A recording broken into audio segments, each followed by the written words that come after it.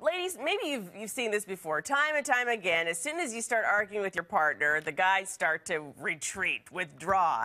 And the more we turn up the heat, the more the guys seem to back away. What is that about? Well, our next guest says that is one of the things, the top things that can kill your relationship. She's the author of the new book, Till Death Do Us Part. Unless I kill you first. Great title. Yikes! Dr. Jamie Turndorf, who's known as Dr. Love. She's a relationship expert and a radio host. Jamie, thanks for being here. Why do you guys react that way? Because we mean well. Oh, well, heated fighting triggers a biochemical imbalance in men's bodies that causes them to withdraw. And the technical name for this is the demand withdraw negative escalation cycle, or husband withdrawal for short. And no, I'm not talking about a natural form of birth control.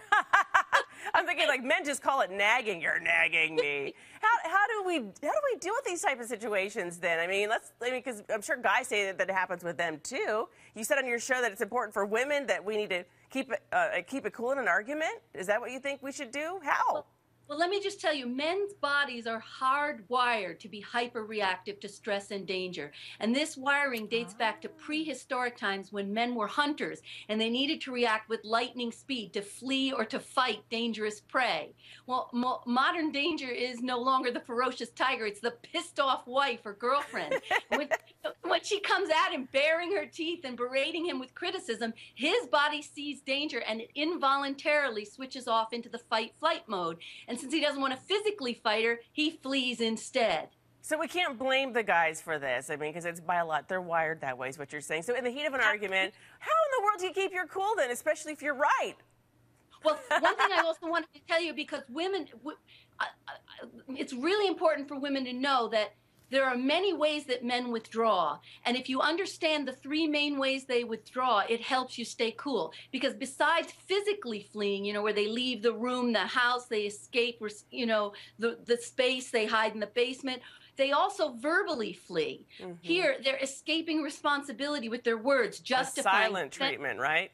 No, that's not, no. They're actually in your face saying no and escaping responsibility, making excuses, justifying, defending. They're verbally escaping.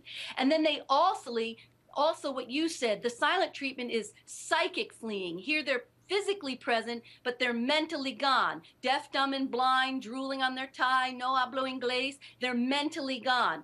But no matter which of the three ways a guy flees, a woman doesn't understand. It's all primitive biological programming. She gets hurt. She thinks, oh, he doesn't even give a crap about me to stick around and respond. She turns up the heat, as you said, unwittingly setting off more biological fire alarms, more fleeing, and this is how all relationship conflict, divorce, and domestic violence is born. But there is a way out. Yeah, what's a woman to do? That's what I'm wondering now at this point.